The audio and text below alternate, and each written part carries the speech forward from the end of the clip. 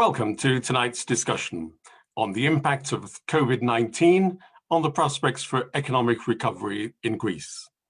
My name is Kevin Featherstone and I'm a professor here at the London School of Economics.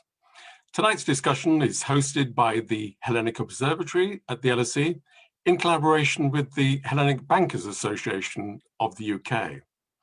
It's also part of the LSE's programme on shaping the post-COVID-19 initiative. The Observatory is once again collaborating with the HBA, the Hellenic Bankers Association here in the UK, and we welcome its members joining us this evening. And a special welcome to its president, Louri-Dendrinou, with whom we've collaborated on many previous occasions. In the recent past, the Observatory and the Association have hosted a number of speakers, Paul Thompson of the IMF, Jerome Dijsselbloem, previously president of the Economic and Finance Ministers Council of the EU, and a number of senior bank leaders from Greece. The context of our discussion tonight is, of course, the severe debt crisis that Greece has endured since 2010 and its recovery since that process. Indeed, set on the road to recovery, can Greece maintain its progress? What are the opportunities? What are the risks? How far does Greece's strategy depend on the European Union's Recovery Fund? What can it realistically expect from the EU Recovery Fund, and when?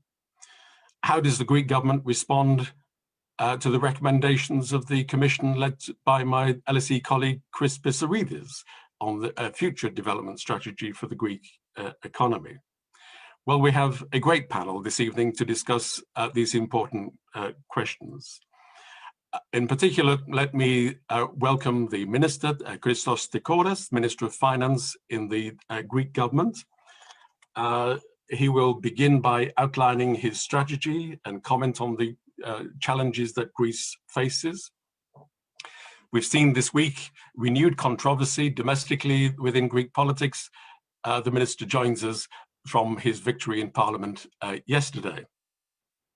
We then have three expert respondents to give us their views and comment on what the Minister has said. Dr. Handjinicolaou is Chairman of the Piraeus Bank, Chairman of the Hellenic Bankers Association in Greece, and Chair of the Athens Stock Exchange. Professor Helen Louri-Dendrinou is an alumna of the London School of Economics, a fellow of the Hellenic Observatory. Her day job is that she's a professor of economics at the Athens University of Economics and Business in Athens. Indeed, she's the chair of the economics department there. She was deputy governor of the Bank of Greece between 2008 and 2014. Last but certainly not least, my colleague Dimitri Vayanos, Professor Vayanos, is Professor of Finance at the London School of Economics, where he also directs the Financial Markets Group. He's a former managing editor of the Review of Economic Studies, and most recently, he's been a member of the Pissarides Commission on the Future Development for Greece. We welcome each of our speakers and we look forward to the discussion. Before we begin, can I ask you please to all note a number of things. You can comment on the discussion as we proceed using the Twitter hashtag, and the hashtag we suggest for tonight is hashtag LSE Greece. Nice and simple. I'd ask you all to note that tonight's event is being recorded and it will be available in due course as a podcast downloadable from the Hellenic Observatory website. We also invite you to send us your questions at any time in the proceedings tonight. If you're watching via the webinar connection, you can send us your questions using the Q&A box, which is at the bottom of your screen. Or if you're watching on Facebook, you can use the comments function. Please may I ask you to keep your questions clear and short, and we can then get through as many as possible. So let's start this evening, and I would like to give a very warm welcome to the Minister of Finance for Greece, Christos Staikouras. Minister. Thank you, Kevin. Indeed, we had two victories, two consecutive victories, one on Sunday and one on Monday, because yesterday we voted for the new insolvency code. First of all, I would like to congratulate the organizers, the Hellenic Observatory at the LSE and the HBA UK for their initiative to organize this online public event regarding the post-COVID-19 challenges and prospects of Greece. It's a great pleasure to share this digital floor with distinguished speakers who will surely enrich our perspectives through their thought-provoking remarks. Our discussion is taking place in a period of high uncertainty, due mainly to the coronavirus pandemic. Not only the coronavirus pandemic, but mainly due to the coronavirus pandemic. An exogenous shock with its current, indeed, second phase of the crisis. We have a lot of new cases in Greece today, leading to the shrinking of the European economies at unprecedented rhythm. Unavoidable, the same happens for the Greek economy. Nevertheless, until now, it has depicted the Greek economy a remarkable resilience. According to the provisional available data for the first semester of the year, the Greek economy shrank by 7.9%, while the average growth rate at the euro area was minus 9%. For the whole year, we currently forecast a recession of minus 8.2%. This is also the consensus of the market at the moment. This is now converging towards the European Commission's forecast, whose latest forecast has been adjusted to minus 9% from an earlier forecast of minus 9.7%. We believe that this is the result of the timely taken, comprehensive, well-targeted, and dynamic package of policy measures adopted by the government to support public health, liquidity in the real economy, employment, and social cohesion. The prompt response of the government was praised by all institutions.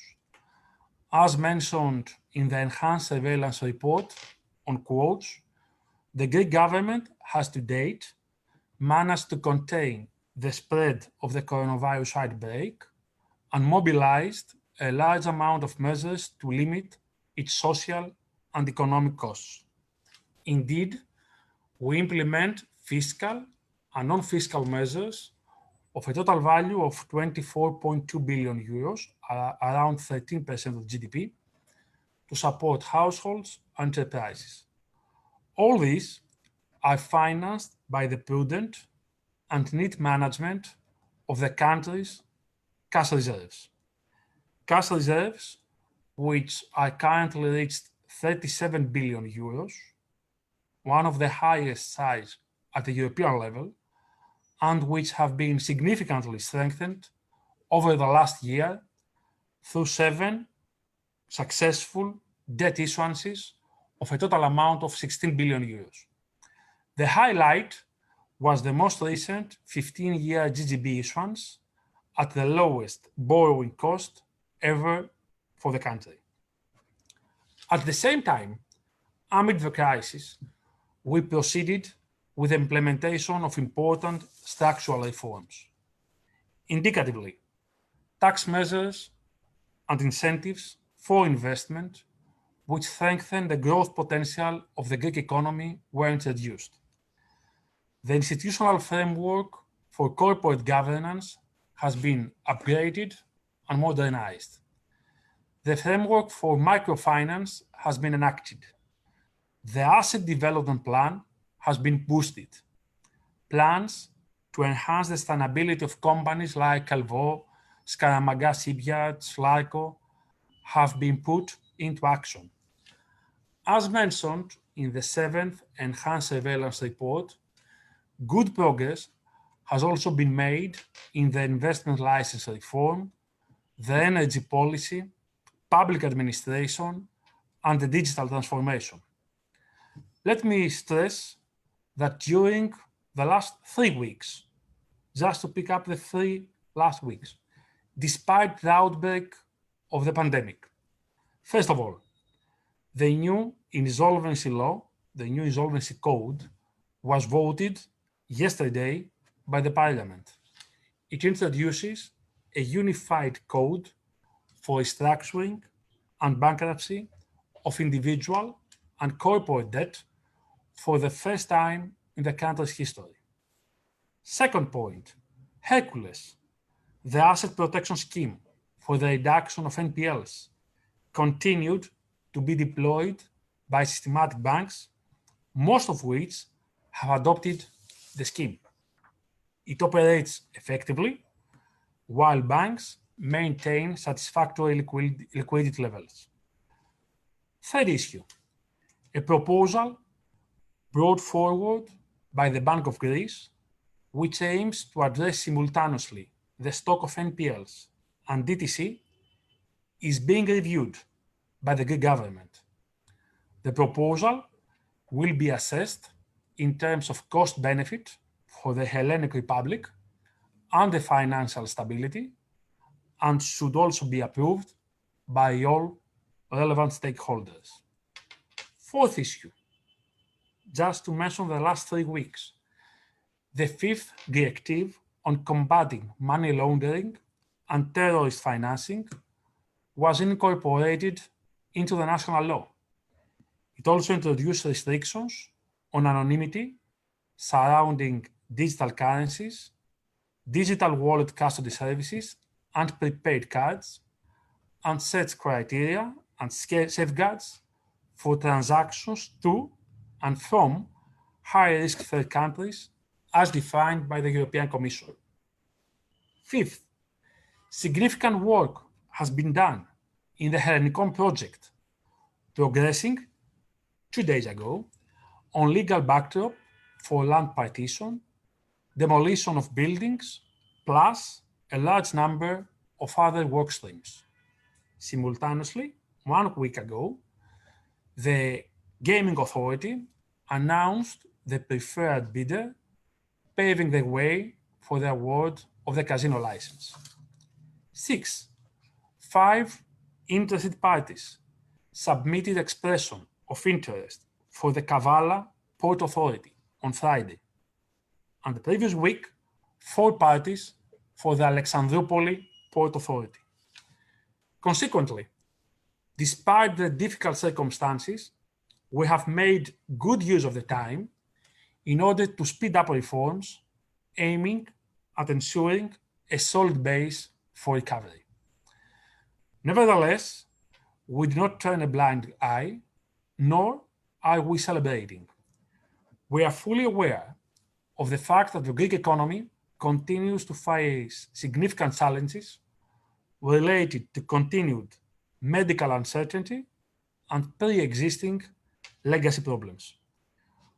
We are working prudently and methodically to overcome difficulties, to successfully tackle the health crisis, population movement, geopolitical turbulences, and the return of the economy to the pre-crisis level the soonest possible.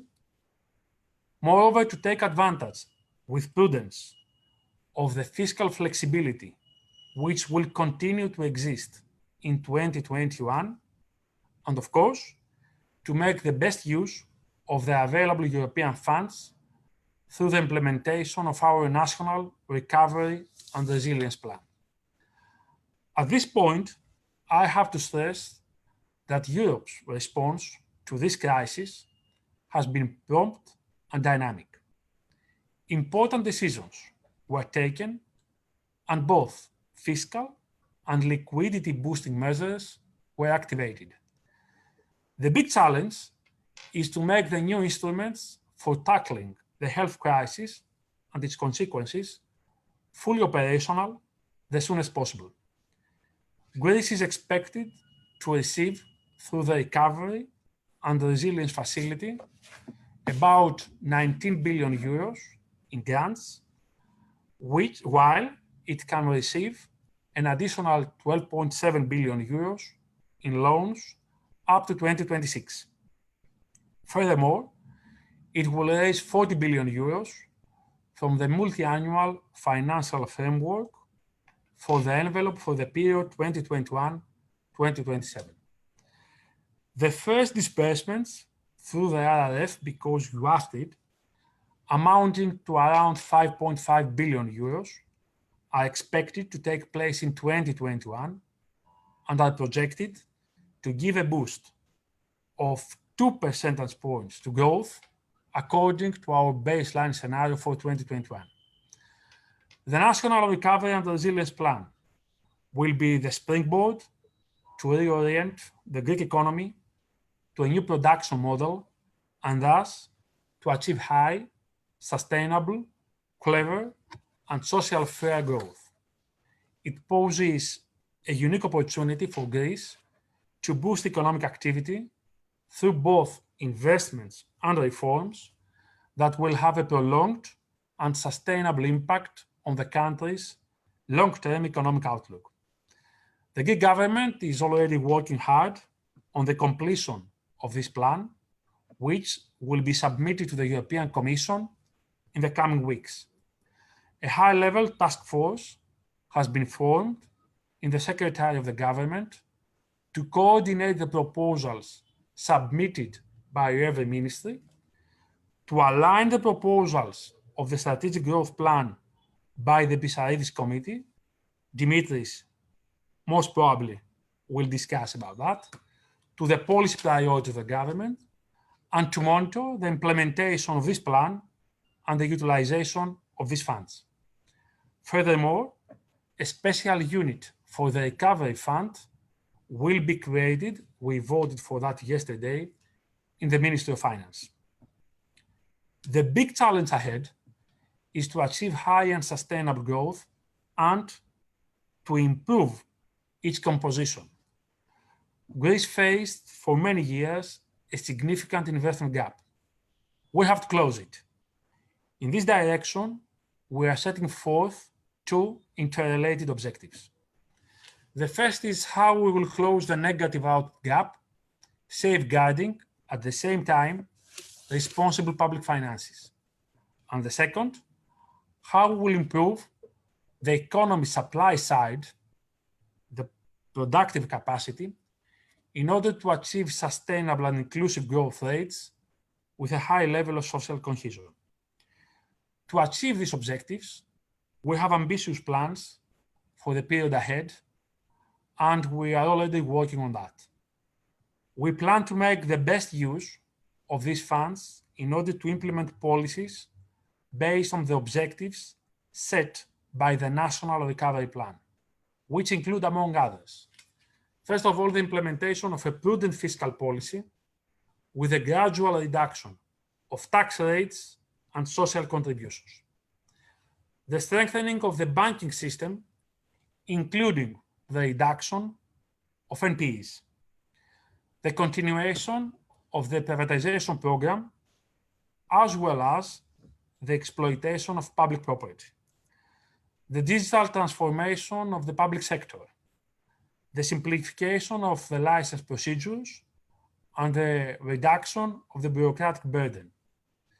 The implementation of structural reforms concerning the regulatory framework for businesses, the faster delivery of justice, rural policy, and other issues.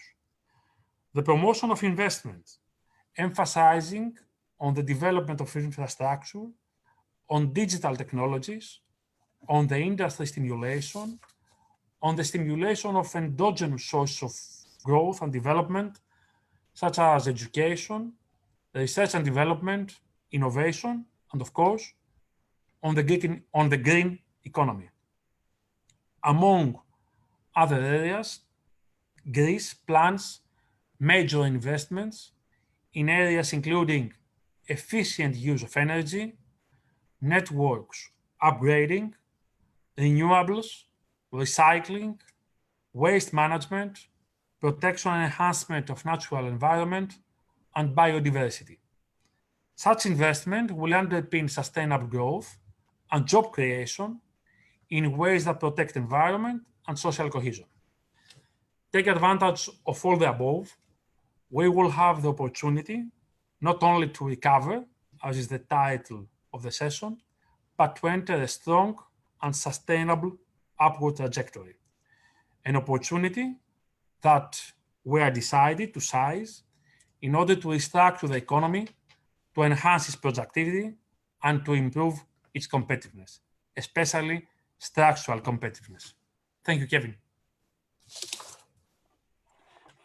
Thank you very much indeed, Minister. Let me pass straight away to Dr. Yorgos Handjinicolaou. Can you unmute yourself, please? Okay. Thank you very much, Kevin. And let me also take the opportunity to thank the Hellenic Observatory of LSE and the Hellenic Bank Association for the invitation. Very glad to be here. In listening to the Minister's remarks, I have to say that I'm in broad agreement with his comments. And what I would like in my remarks, I would like to expand on a few points he made, and also to a little bit expand on the activities of the Greek banking system, of which party I am a party of. I would agree with the Minister that Greece has dealt with the COVID crisis better than average, but it's important to understand why. The crisis found the Greek economy in the best possible position it has been in the past 10 years. The economy had a positive momentum, and it was growing above the European average. And also, the prospects of the Greek economy were also above average, fueled by a proactive, pro-business government with an ambitious reform program. But equally, the crisis found the Greek banking system to be in the best position it had been in the past 10 years. It had accretive profitability, it had stabilized the cost of risk, it had made significant progress in reducing NPEs, it had plans to deal with them effectively by beginning to approximate European levels in the next 3 years. And most importantly, it had the capital that was required, which is above the required supervisory, was above the supervisory levels. So a lot of, we got in 2020 with very good headway, with very good backwinds, actually, not headwinds. And, but COVID, as we all know, had different plans. But despite the severity of the COVID crisis, Greece coped with the situation quite well. And we have to give credit to a large extent here to the Greek government, which responded very quickly and efficiently with programs that aimed to support both individuals and businesses through a variety of programs with an imaginative use of European funds. And it managed to provide through the banks liquidity to the Greek economy fairly quickly, arresting some of the bad consequences of COVID. Equally, the Greek banking system responded effectively to the challenge that was faced with, aided by a loosening of the supervisory framework and also taking advantage of the available cheap funding from the ECB. And I have to say that it rose to the occasion, and by the end of August, it had pumped 14 billion of new liquidity in the economy. So from the beginning of the year at the end of August, and has pumped even more since then. And as we all know, we have the Greek banks have offered moratoria in the capital repayments, and which amount to approximately 20 billion for loans to individuals and businesses, 7.7 of which are for mortgages, and about 1.7 for consumer loans, about 10 billion from SMEs, and so on. So all this, despite the heavy reliance of the Greek economy on tourism, It has managed to avoid the worst estimates, and as the minister said, we have done slightly better some of our southern European colleagues, countries around Italy, Spain, France, etc. So it's fair to say that the Greek financial system has proved to be very resilient, and not only it was not a problem in this part of the crisis, but it was part of the solution. Now, as we look forward, and with the worsening of the crisis, as is evident in the last few days in Greece, the situation is getting more cloudy. But in my estimation, as if we manage to cross the next few months and we cross into 2021, where, as the minister said, the first European funds will start coming in, that will, if we manage to have this crossing successful without major casualties, I think we will be able to regain the momentum which we entered in 2020 and get further impetus by the European funds, which, as the minister said, would add at least 2% to the growth trajectory of the Greek economy. Of course, for this to happen, the reforms which the minister outlined characteristically, they have to take place, because the success of achieving this extra 2% will depend very much on the ability of the country to utilize the funds. And unfortunately, the track record of the Greek economy in absorbing some of the structural funds from Europe has not always been the brightest. So I do hope that the country utilizes this opportunity, this unique opportunity, to make use of those funds and restructure the economy, as the minister said, and reposition Greece for the future. The banking system will do its best to assist this effort by channeling efficiently the funds if it's given an opportunity. It will step up to the plate to do so. So I will stop here and I will respond to any questions that may come. Thank you very much indeed. Can we pass straight over to Professor Louri-Dendrinou? Well, hello. First, let me thank the LSE, the Hellenic Observatory, and the HBA for the invitation. So, as the minister has said, it is by now well understood that the Greek economy will undergo a very deep recession in 2020. This recession can only be compared to the worst year of the financial crisis, which has been 2011, when the recession was minus 9% of GDP, minus 9% actually. We have lived through the painful consequences of the financial crisis, which has been the worst post-war economic disruption in our country. Even the 1974 recession barely exceeded minus 6%. So, I mean, minus 9% was the worst we've seen. These consequences we've lived through have been unemployment, bankruptcies, poverty, brain drain, loss of human and physical capital.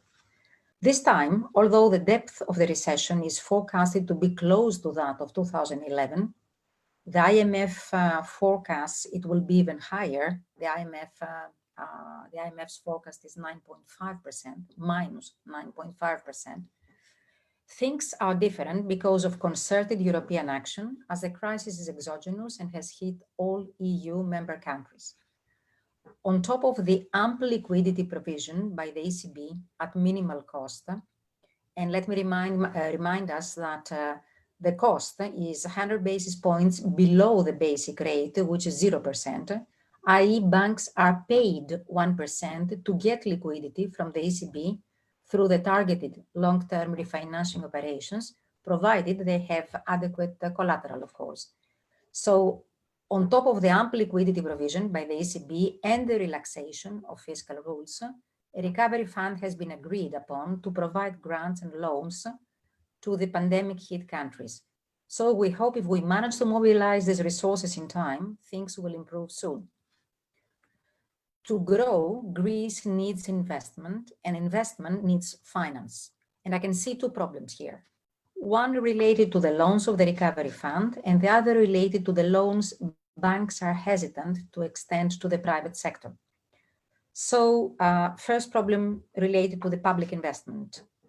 Public investment can be very powerful, especially in times of uncertainty like the one we're going through now. The IMF recently estimated that an increase of public investment by 1% of GDP raises private investment by 10% and growth by more than 2%. It also reduces unemployment by 1.2% and strengthens confidence in the recovery. So we need public investment projects to be channeled to the designated areas of green transition, digitalization, innovation, education, employment. Government intervention and public investment can guide the private sector to invest where national priorities are. With the Recovery Fund approximating 32 billion for Greece, as the minister said, many worthwhile projects can be financed at least with the grants to become available. But a large part of the recovery funds come in the form of loans, which will increase government debt and are submitted to conditionality. The governments of Spain and Portugal are already discussing that they will not tap any of the loans, or at least they will try to minimize loan funding. With borrowing costs as low as they are today, especially for some richer EU countries, some of them are likely to avoid the loans as well. So my question to the minister is, how is Greece facing this challenge with respect to the loans of the Recovery Fund? And a related question is, are you thinking of starting borrowing against future grants before their formal approval so that no time is wasted? I've seen that Spain has started thinking about it. The second problem is related to private investment. Private investment needs bank credit. Capital markets are not developed enough, and Europe has a bank-based financial system. But this is difficult in Greece. Although private sector deposits have increased by about 20 billion since January 2019 to August 2020, from 133 billion euro in January 2019 to 152 in August 2020, credit to the private sector has shrunk by a similar amount, from 169 billion euro in January 2019 to 148 billion euro in August 2020. This is not supporting private investment. In a sense, we have reached the point that credit expansion is very restricted in contrast to the ample credit expansion of the first decade of 2000, which was unnecessary, as we've discovered, when bank credit increased at a much higher rate than the GDP. So the main reason, why banks are hesitant, the main reason banks are so hesitant to expand credit is the mountain of NPLs they are facing. Before COVID, the NPL ratio was the highest in the EU. 35% of total loans were not serviced compared to 3.5% in the EU. Post-COVID, the NPL ratio is expected to climb up further. If banks are not helped to reduce this burden, which consumes their profits and reduces their capital, they will not be able to finance growth. So encouraging the creation of a bad bank would be a step in the right direction, especially as the European Commission says it does not see any European AMC to materialize soon, but a network of national asset management companies which will cooperate may be valuable. So the minister said they have a plan which they are looking at now, but I believe this is a pressing issue. So how does government see the national asset management company challenge, which to my opinion is necessary to the banks to start lending again? I'll stop here. Thank you.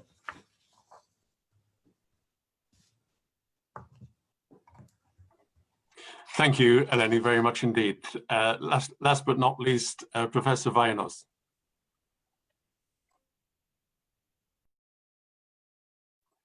Can you unmute yourself, Dimitri?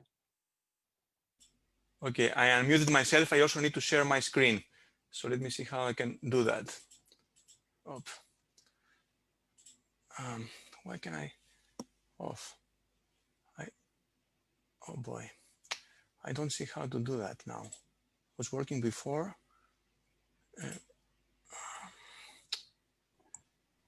Dimitri, share your screen. Yes, I'm okay. It's coming now. Here. All right, good. We can see your emails, I think. Yes. Do you see what do you see now? What do you still see my emails now? Yes. Oh, that's embarrassing. Okay. So let me try again. Oh boy. So Dimitri, hello. This is LSE Events. I can share my screen for you if you like. I'll share my screen on behalf of you now. okay. Oh. Okay, now I think I can do it. Okay. Is it okay now? Yes. All right. Okay, great. Thank you. Sorry about that. So, okay. So, so thank you also for Kevin for inviting me to participate at this very interesting event. So, what I will do is that I will kind of focus a little bit more on the macro and long-term perspective, and could talk a bit later about maybe in the Q&A about the reforms and the kind of the more kind of micro efforts at the microeconomic level. Minister Staikouras touched already on some of the reforms that are in place, and indeed I think some of them are very significant, like the insolvency reform that was just passed, or their efforts for the NPL resolution. So, but let me stick a bit to the macro picture, kind of just to put things in a broader setting and over the longer term. So, as the previous kind of pretty much everybody before me kind of touched on, so we are expecting a big recession for 2020. This is the forecast by EOV. A -8%, -8, -9, somewhere in that range, down from 2% in 2019.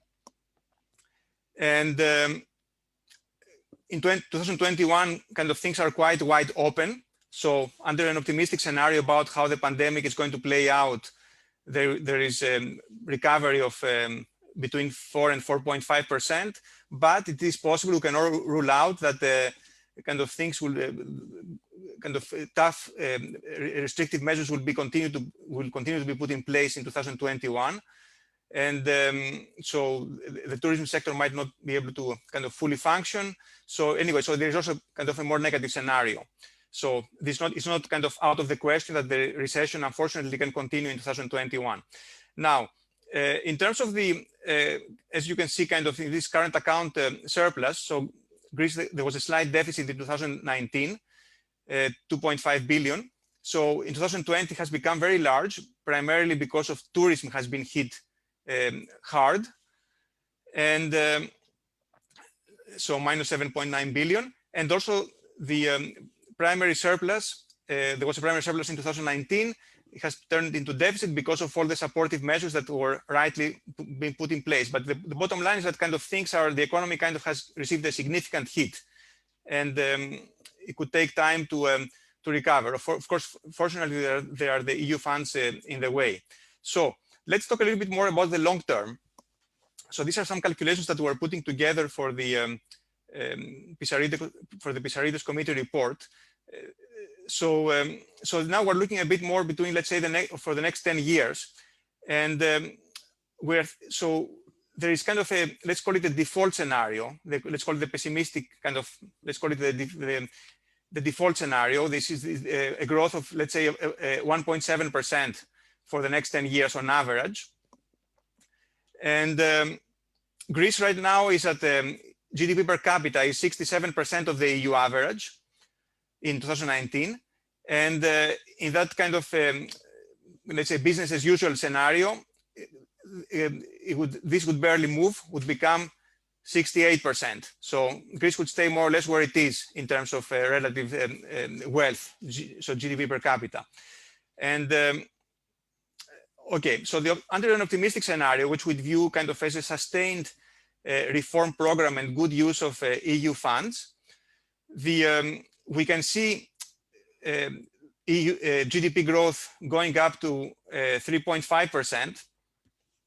With so this has to be made out of two things. One is employment growth of 1%, and labor productivity would have to go up by 2.5%. I will drill a bit down into these numbers shortly in the next slide.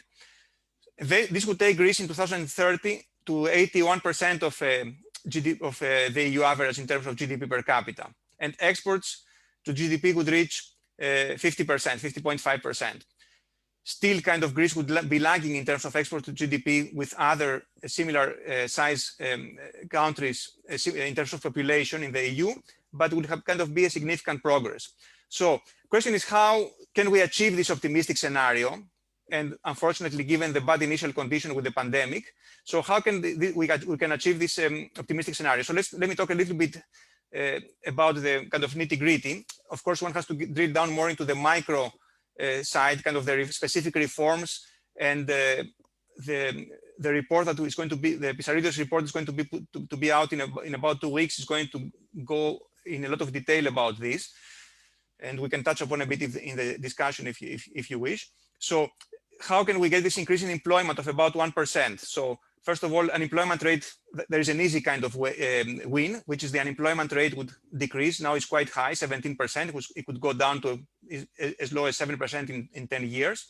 On the other hand, demographics work in the wrong direction because there is a reduction in the working age people just due to the population becoming older.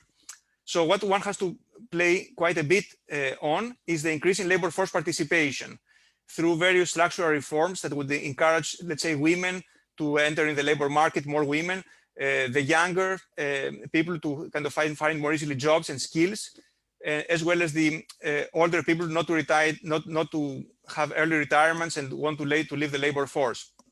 On the increase in, so that's for the increase in employment. Then one has to increase also how much a given worker can produce. So we estimate that under the good scenario, the optimistic scenario, we can achieve an increase in total factor productivity of 1% annually. This has not been unheard of, has been achieved in Greece has achieved this in its past history. For example, between 1995 and 2002. And investment would have to increase significantly to about the EU average, which is, so corporate investment plus public investment, which is kind of the total productive investment, would have to become about 17.5%. Now, as Minister Staikouras said, I thought this was right to the point, the EU funds should have a dual role. First of all, to boost growth in the first part of the decade, and second, to provide the infrastructure, the conditions for growth, for more sustained growth, together with many structural reforms that should take place soon in the next few years. So that the growth during the second half of that decade should take place primarily through private investment and gains in productivity. And Kevin, do I have a couple of minutes or I should be wrap up? Yeah, okay. So there was one kind of question in this in the way the event was put in the advertisement of the event, which is kind of different sectors of the economy and their potential contribution to future growth. So let's talk a little bit about exports. This is a partial view, just focusing on the export sectors.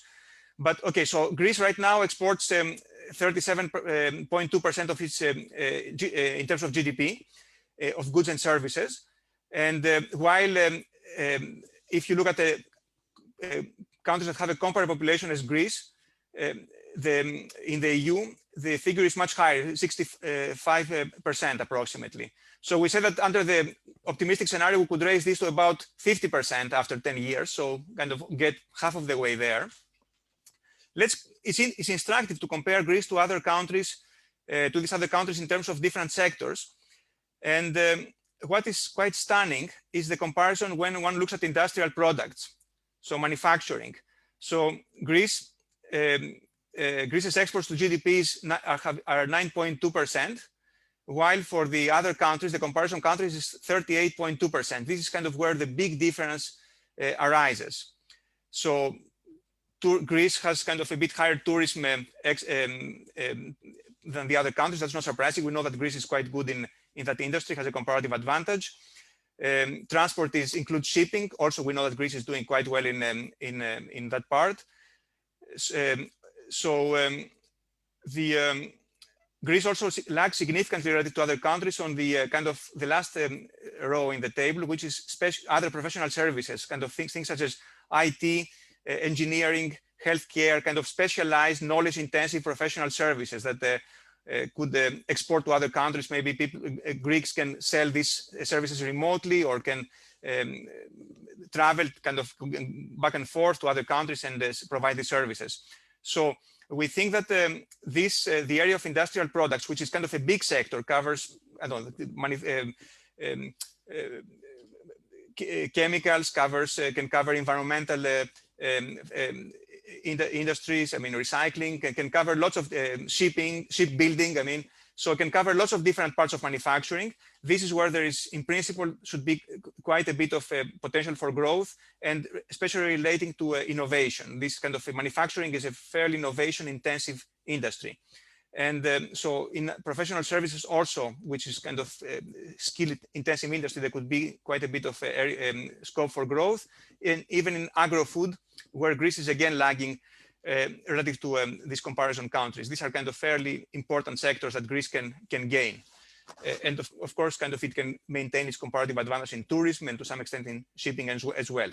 Okay, so let me stop here, and happy to kind of talk later in the chat about kind of the more micro side of things. Thank you very much indeed. Perhaps my colleague can take the slide down. That's good. Thank you for these excellent points. I guess, Minister, we should logically come back to you.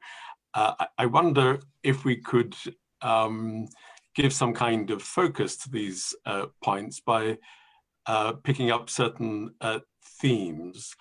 To begin perhaps with the points made by George Handjinicolaou. He responded to your point about the significance of the EU Recovery Fund by essentially posing the question of whether Greece can absorb these funds effectively and make the maximum use of them. Professor Louri-Dendrinou also then raised the question of how Greece is going to handle the grants and the loans. Spain and Portugal have apparently said that they would not accept loans. Will Greece? And how effective could the Greek absorption be? Do you want to respond, first of all, on the EU Recovery Fund points, please? Okay, I'd like to make some more comments. First of all, I will start from what Dimitri presented before. I am less optimistic regarding the primary deficit for 2020. It will be larger and unemployment will be higher. However, we are much better optimistic about 2021. So for example, for 2020, we expect a primary deficit of around 6% of GDP, much higher compared with what was presented. But this has to do with the measures we are taking in order to tackle the COVID-19 consequences.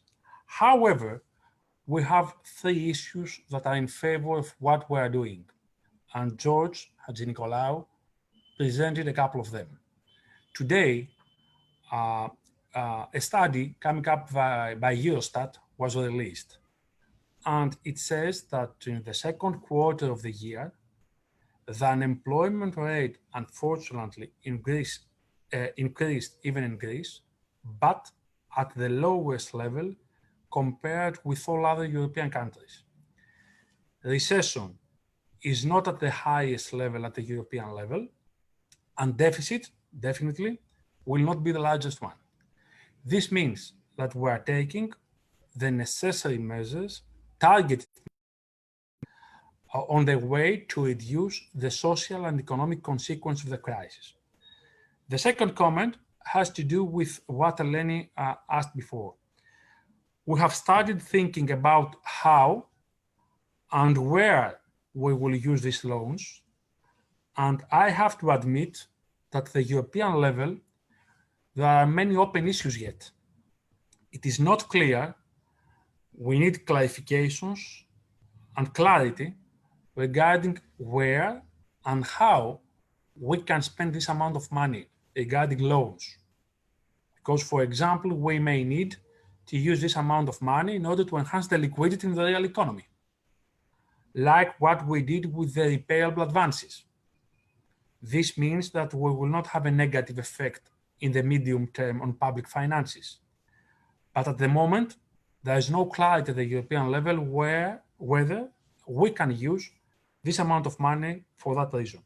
This is why we are discussing all these issues at the European level with many other countries like Italy, Spain, and Portugal.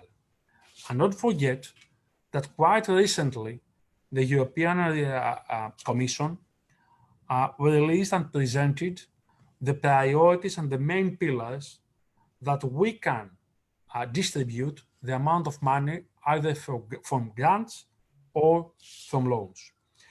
Another issue that was raised by Sorry, George. Minister, I apologize. Could I just pick up on that point about the loans?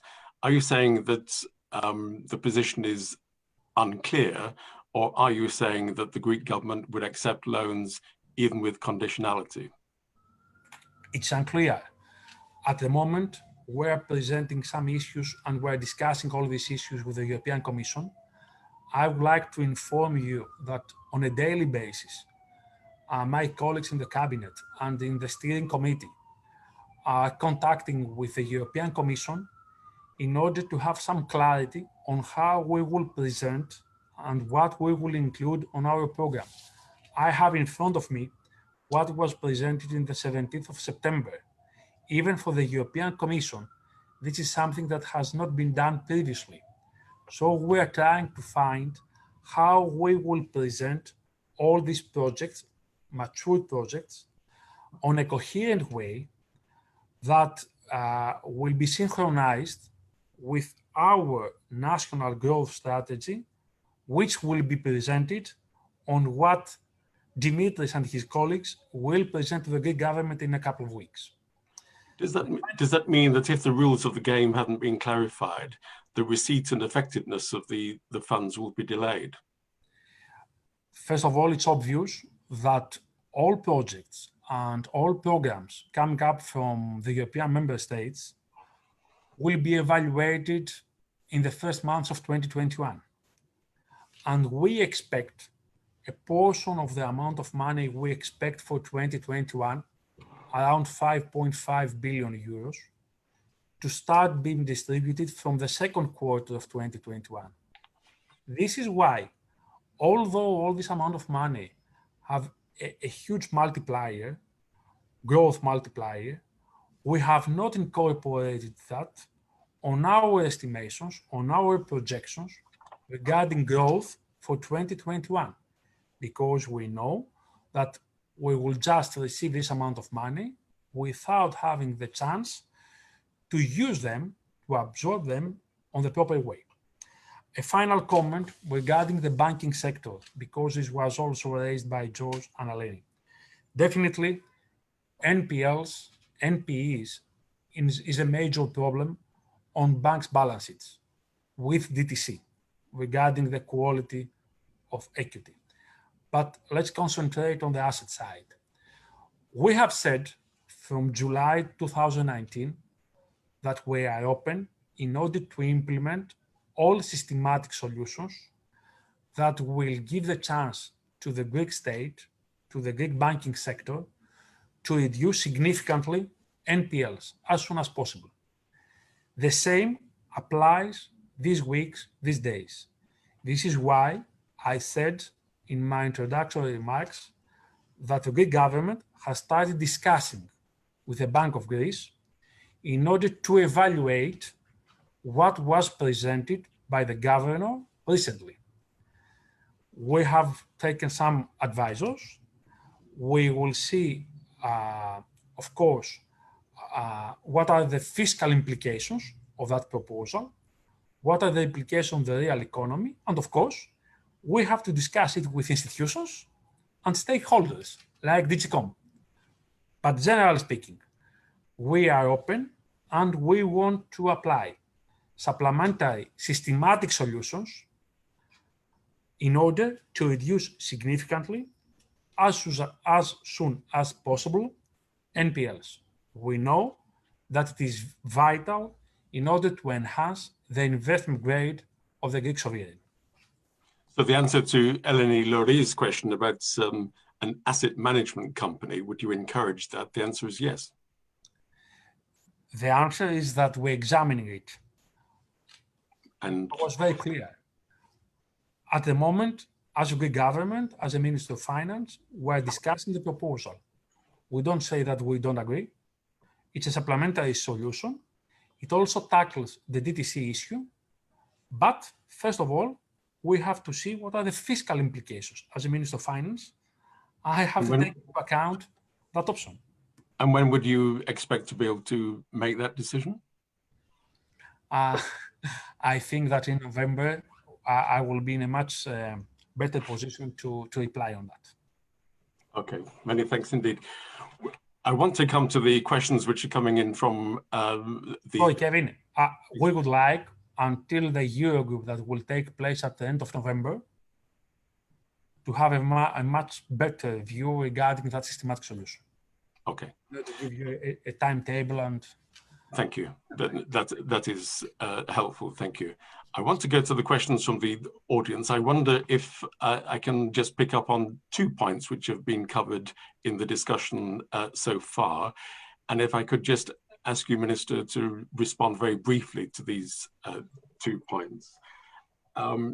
One is in terms of increasing the export potential. I was reading just the other day about a concern about the administrative costs on exporters in Greece and the need to relieve that burden. The suggestions, I think, associated with the Pissarides Commission about creating an export agency.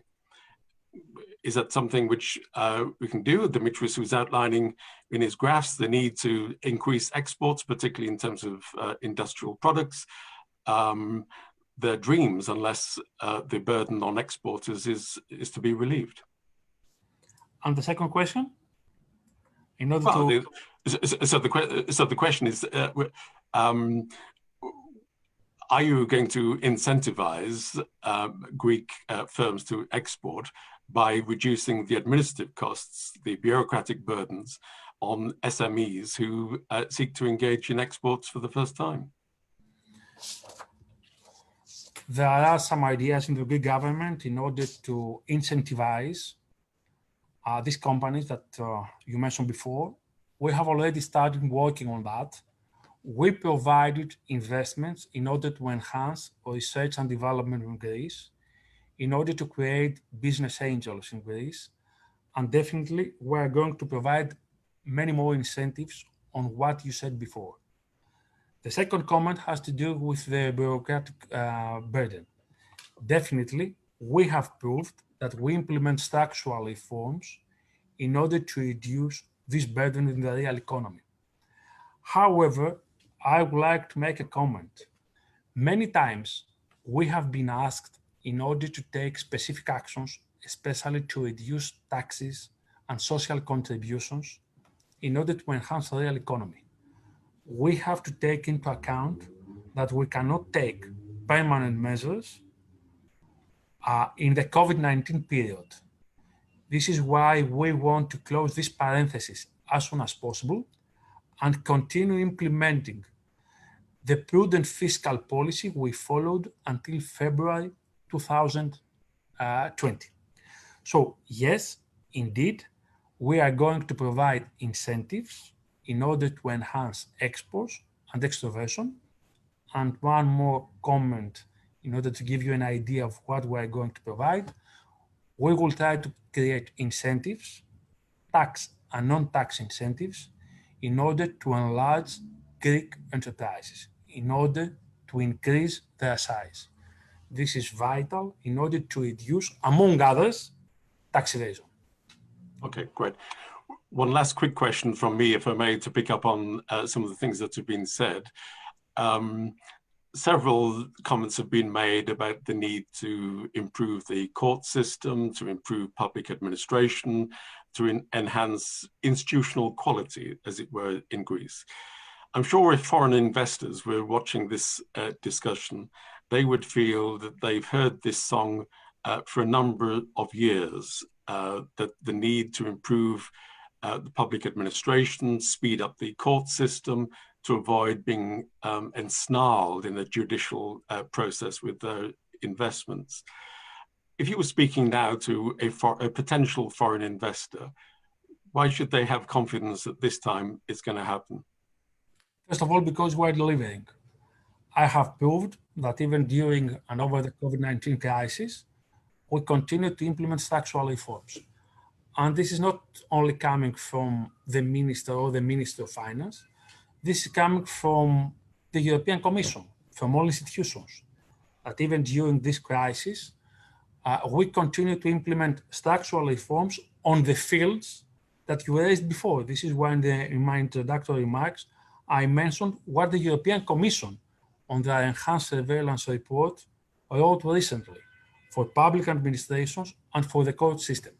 And the specific comment, we have started discussing how we will speed up the process in the courts yesterday in the Greek Parliament. So this means that we continue implementing structural reforms and delivering on specific reforms that are necessary in order to attract foreign investors. The result is that on two entities, like for example, the ports in Alexandroupolis and Kavala, we had great interest the previous week. Thank you. Thank you for that. I'm going to go to the questions posed by the audience, and forgive me, I'm reading these through the column on the side of the screen here, but there's a question from Louis Louzidou, president of the HBA here in the UK. And perhaps I could open this to each of the speakers. What are Greece's options if the impact of the pandemic persists in the summer of 2021 and the proceeds from tourism are not anywhere near the pre-pandemic levels? So essentially, what are the prospects for the economy that we've just been talking about if tourism takes a much bigger hit because of the pandemic continuing? Can I invite any of you to speak on that? I will just make two comments. First of all, if this occurs, we have to take additional fiscal measures, expansionary fiscal measures. And we are ready to take this. We have the cash buffers. This is why we have done all these issuances recently, in order to be able, if needed, to use this amount of money for expansionary fiscal purposes. And we have targeted measures. If you have a look on this specific instrument we have created, which is called repayable advances, not to provide liquidity in the real economy through the banking sector, but directly by providing money through the Greek budget, you will see that on what we distributed this week, a large amount of money went to enterprises that operate in the Greek islands. The track record is Heraklion and Rhodos. Why? Because we incorporated the reduction of revenues in July and August. So if this exists and continues for one more summer, we will have the amount of money in order to apply to the real economy. We will continue making expansionary fiscal policy. But at the same time, when we will discuss in June, at the Eurogroup and the ECOFIN level, what we will do regarding the fiscal rules, targets, and requirements for 2022 onwards, this means that we should have fiscal relaxation even for 2022. Because at the moment, we have agreed for 2021, and we said that in May 2021, on the baseline scenario, we will discuss how we will have a soft landing. If we have a significant problem next summer, of course, we have to incorporate also 2022, because tourism is the major pillar of the Greek revenues. Okay, thank you. There's a question here specifically for Dimitri Vayanos from, I guess, our mutual friend, Miranda Xafa. The Pissarides report notes that Greece spends more than any other Euro area countries on pensions and public sector wages, 28% as opposed to 23%, but it stops short of making any proposals to tackle this spending imbalance. Any ideas how to do it? Dimitri. Okay, so there will, in the new version of the report, there will be some ideas. And yes, certainly it is an issue that pensions and public sector wages kind of are significantly higher than the EU average, because this means that other important parts of the public public expenditure are underfunded. So, in this instance, even healthcare, but even kind of aspects of education, aspects of other aspects as well. So we do make some we'll make some concrete suggestions. Some of it has to do with kind of keeping, as actually Greece has agreed already, keeping a kind of pension expenditure relative to GDP on a declining path, as has already been agreed by government, by the previous government and this government. So in other words, this means that pensions should not be rising faster than GDP. Actually, they should not be cut, but they should be rising more slowly than GDP. And also, of course, there are significant areas of savings in the public sector through kind of more efficient through, for example, the use of more digital technologies. So some tasks can be certainly done more, maybe automated, be done faster. And so maybe also that public sector hiring and employees we can focus more on kind of particular kind of high skilled employees on specific areas, as opposed to kind of more kind of repetitive tasks that can be automated. So, I mean, people are going on retirement in the public sector. So when one replaces them, one has to think along this line. So there are areas where one can cut. Thank you. Staying with this theme, there's a question from Haris Lambrinopoulos, and it's a question specifically for George Handjinicolaou and for the Minister. Following the integration of Greek state pension funds, is the Greek government and/or the Ministry of Finance also considering a review of the law from the 1950s, which requires Greek state pension funds to hold a minimum of 77% in Greek government bonds? If so, would the Greek state pension funds be allowed to acquire shares of companies listed on the Athens Stock Exchange as private investors? Could we start with you, George? Thank you very much, Kevin. If I may, a very quick remark on the questions you put on the tourism. First of all, let me put myself in the camp of the optimists, and I think with the upcoming advances in the medicines, we will take care of the problem by next summer. But having said that, although I agree with the fiscal measures of the minister, I would like to see measures taken now to diversify the dependence of the Greek economy on tourism. It is a very important sector, granted, but I think we should be doing better in other sectors as well, and we should be starting doing this yesterday. So I would intensify that. So having said that, and return to your question, I would say there is an aspiration on the part of the Greek capital market, as expressed primarily through the Athens Stock Exchange, to play a bigger role in raising capital to finance the Greek economy, the growth of the Greek economy. And for this to take place, there's an urgent need for significant structural changes in the environment where we operate. One of those is changes in the pension system, and we have made a series of proposals to a task force which is headed by the ministry of Mr. Staikouras' ministry to see how far we can go. A cornerstone of some of these plans is, as I said, reforms in the pension plan, where we emphasize the need to set up private pension plans, but also changes in the government pension plans, because we need to find ways to increase the flow of investment flows in the Athens Stock Exchange. This will provide the environment where companies will come in to raise money. This is how it happens in most other countries. So we look forward to hear the reaction of the government to the proposals we are putting forward. Thank you. Can we invite the Minister to respond briefly? I will not respond on that issue because we are not the leading ministry.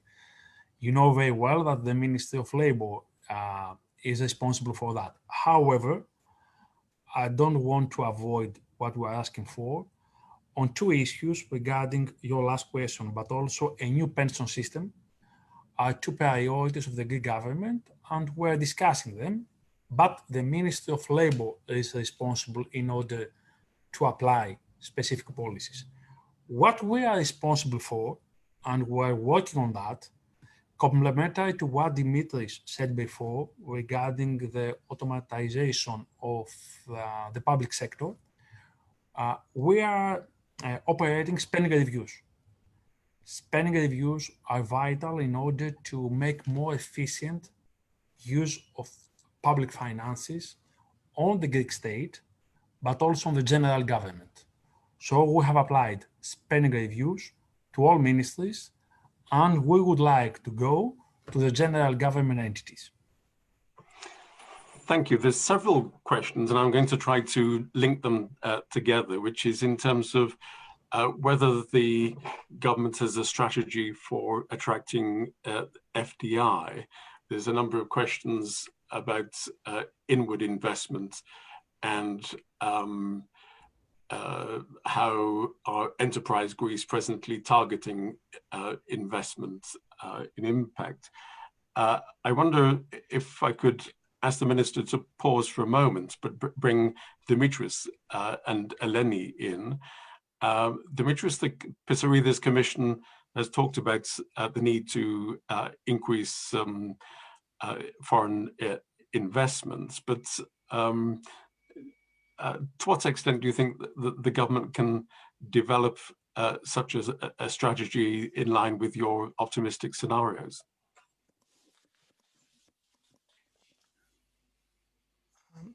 Okay, so I mean, I think the government has already taken a number of significant steps in various kind of legislative efforts, and we see some results. I mean, the more recent one was the Microsoft decisions to do a significant investment in Greece.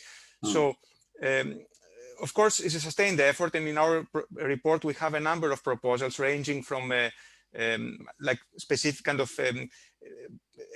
giving emphasis to tax issues and kind of how to simplify tax issues for foreign investors investing in Greece, kind of having kind of one-stop kind of agency to address these issues. And of course, but it's a multidimensional thing. One has to think about also some aspects of some issues pertaining to the justice system, about even the design of the laws, and to have kind of efforts to simplify the way laws are being drafted. So I don't think this is going to happen from one day to the next.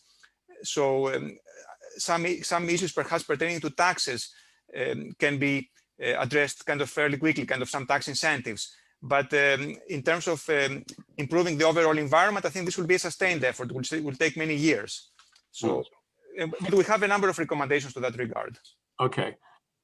There's a question more specifically, let me read it from Robert, which says, Greece lags behind other countries in terms of attracting ESG investment.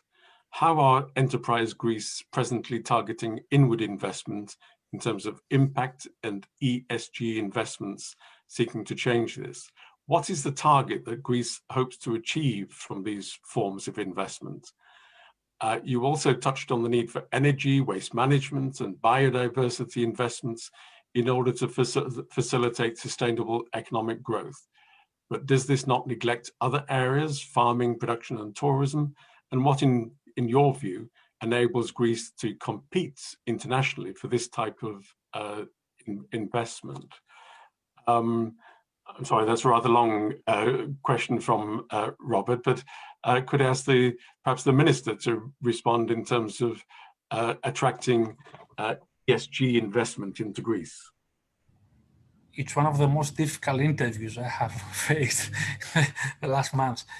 On your previous question, FDI, Yeah.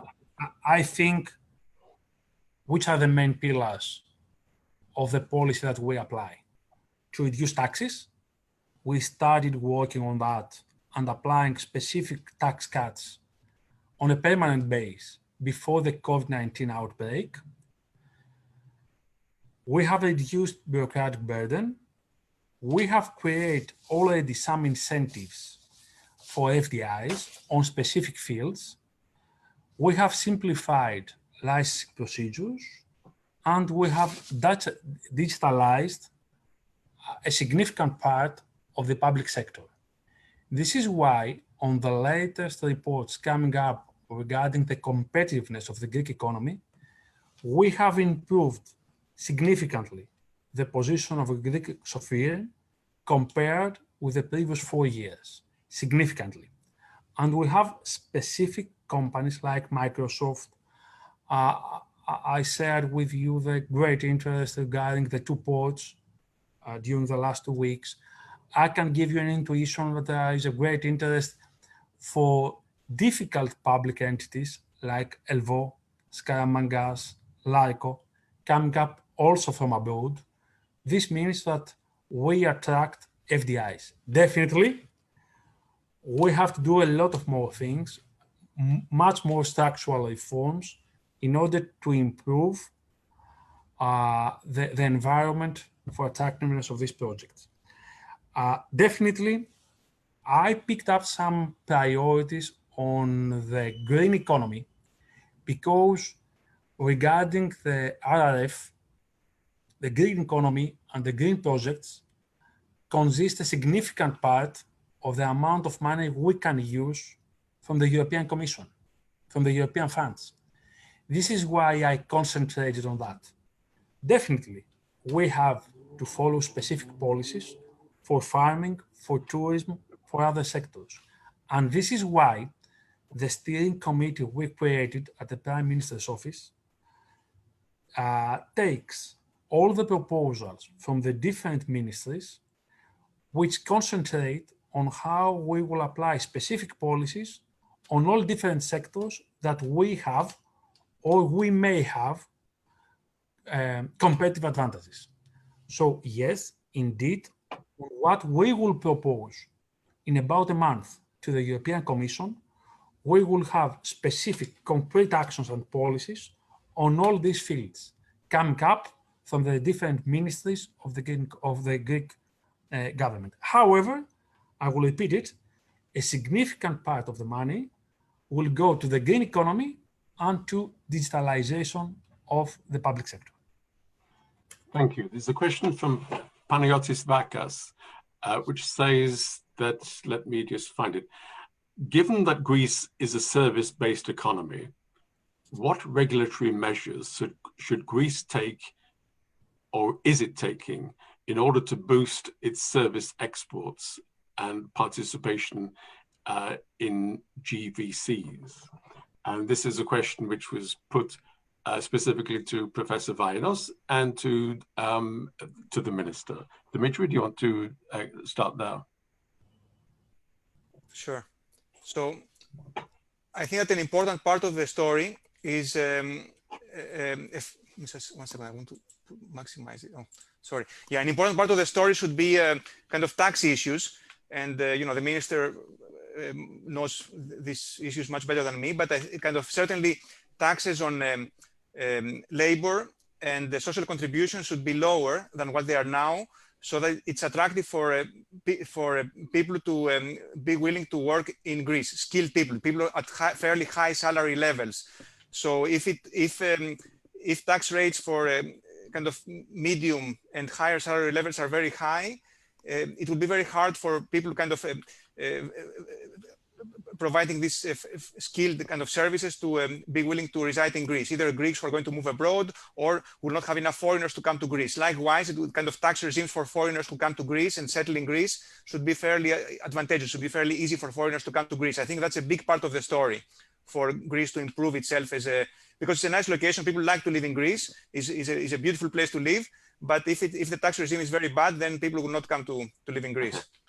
Minister, the question was, how can you boost service exports? Just 2 comments. I confirm what Dimitri said before. We have to reduce taxes and social contributions. This is why, on a permanent and one-off measures, we have already concentrated on these policy priorities. I would like to remind you that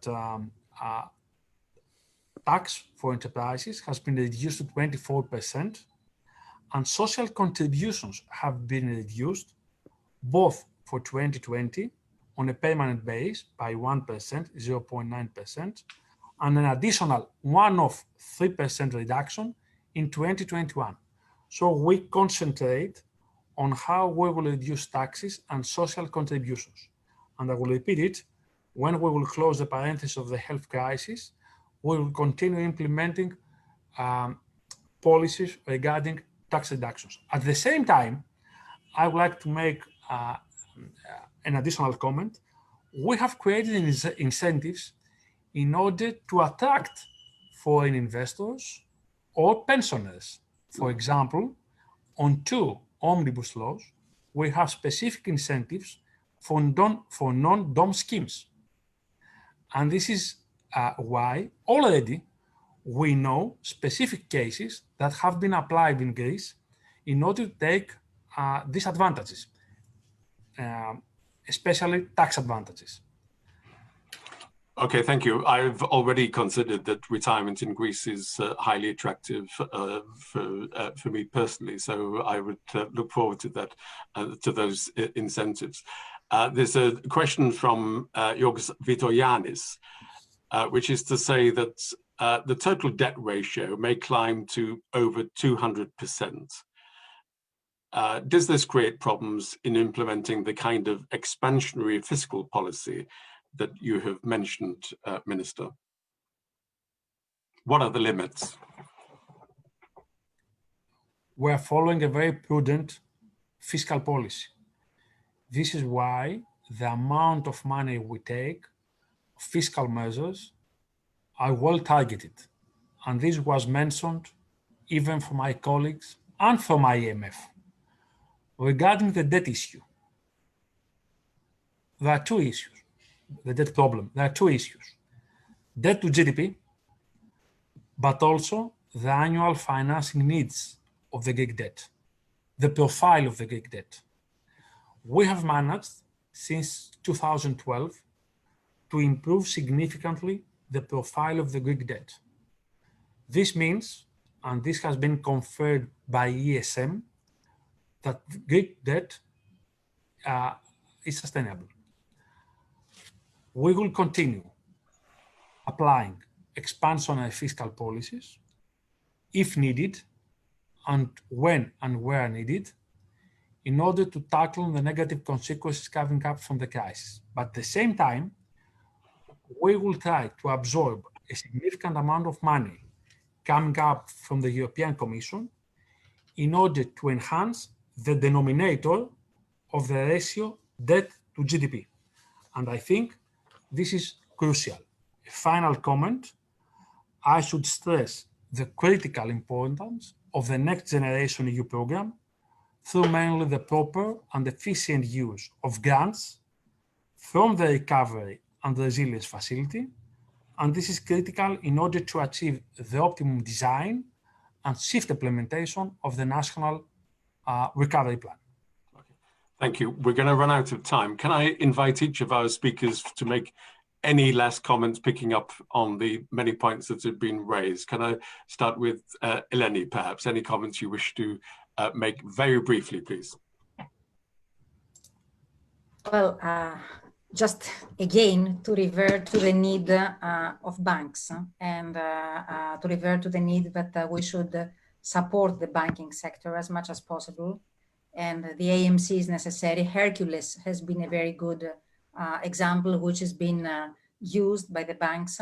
But it's really, I mean, we managed to restructure the banking sector. We only have basically 4 banks which are solid, which are well capitalized, etc.